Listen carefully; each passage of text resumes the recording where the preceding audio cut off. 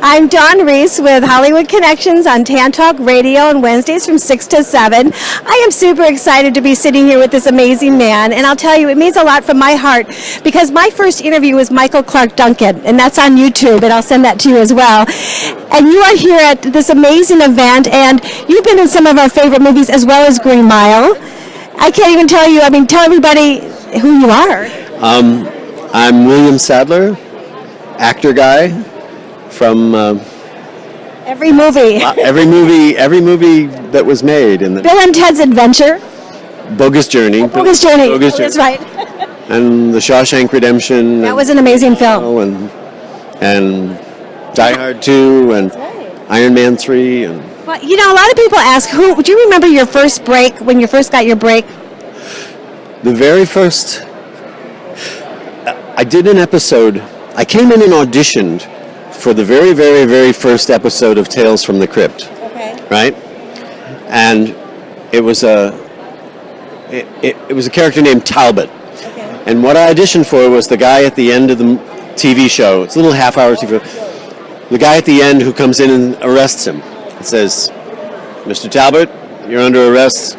You have the right to remain silent." I did the audition, and I turned to the casting woman and I said, "What's up with the role of Talbot? The killer. He's an executioner who gets laid off and goes on a rampage, killing people on his own." And she said, "Oh, we're going to get someone famous for that. We're going to John Malkovich or Kurt Russell or someone." And I said, "Oh," and I left. I got halfway across the parking lot, and this casting woman, Karen Ray was her name, leaned out the window and said, "Bill, come back." And she handed me the pages, the sides, said, "Come back on Monday, I'll put you on tape." I came back on Monday, they put me on tape. I got the job of Talbot. Walter Hill was the director, but the other three producers were Joel Silver, Dick Donner, and Robert Zemeckis. Okay. Right? I went on to do movies with all of those people. Die Hard 2 was the next thing that Joel Silver did. One of the writers on Tales from the Crypt was Frank Darabont, who then cast me in the Shawshank Redemption and the Mist and the Green Mile. Now, did you have an agent at that time, or did you do it yourself, or who was your agent? I'm going to back up as well. How did you get your first agent? Oh, Jesus. Now we're going back. The reason for it, because a lot of people, film directors take them from casting directors, and some don't have them. And, of course, you do have to have one to get those big roles as well. Well, I got my first agent. I was doing theater in New York. I was in the Shakespeare in the Park. So I did about 11 years of theater in New York. That's important. People don't realize you're not overnight success. This is like Joe Jackson, Michael's dad said, get out there, be known, and strike. And it's not drive through McDonald's, order famous. You paid your dues. Right. No, it was years and years of theater. And that was after the years of training. It was theater in New York and regional theater around the area, the Long Wharf and the Yale Rep and so on, the New York Shakespeare Festival. But anyway, I started asking other actors that I was working with who had agents, have they seen the show that we were in? And if they had, would you mind if I contacted them? And because then they would have just seen me in something, and it would be an easier door to get through.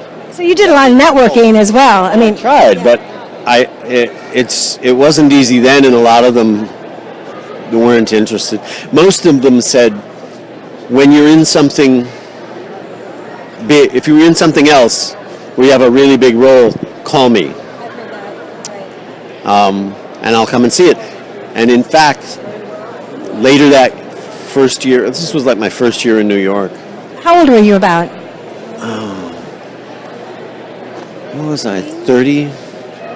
No, it's 28, something like that. So A lot of people think they're too old to go into acting at certain ages. They go, oh, I'm 20, I'm too old, I'm 25. You're about 28, and here you are just starting. Well, yeah, but I started at the age of 18 acting in plays. Then I did 4 years at Geneseo. I studied it for 4 years at Geneseo.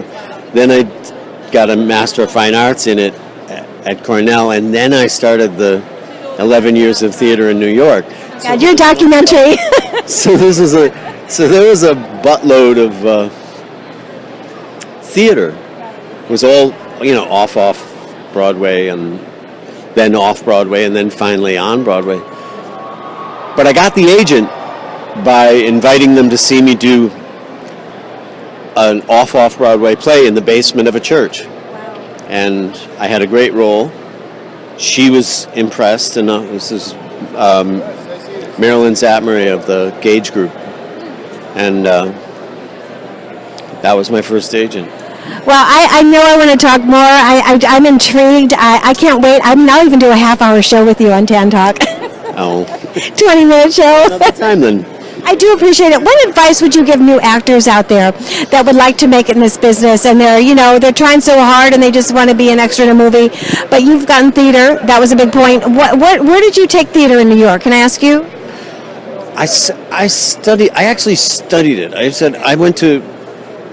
did it for 4 years at undergraduate college at Geneseo, but then I got a scholarship to study nothing but acting for 2 years at Cornell and get a master's.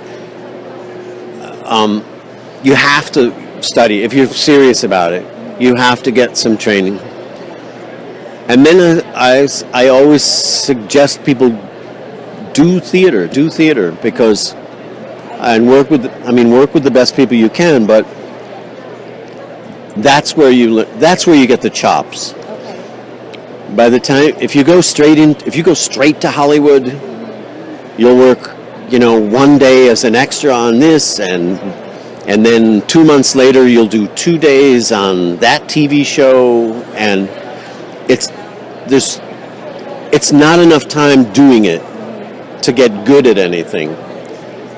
And the directors no one has time to help you. There's no rehearsal. So if you can't figure out what to do with this role and these words. What great advice. And I know. Yeah, so I always suggest, do as much theater as you can before you turn your attention to the movies. Okay, I know my husband's saying, Dawn, I didn't bring the stand, and just one more, what would you like to do that you haven't done yet? And actually think about that, because we'll bring him on the air. And a musical. A musical, ooh. But there's a reason I haven't done a musical. Oh, I know. He's a great singer. But I know. But we're going to continue this. We didn't bring our stand, and he's like, Mr. Statue of Liberty. Thank you so very much for your time. It's been really a pleasure. All right, thank you. Sorry, Bert. Bye.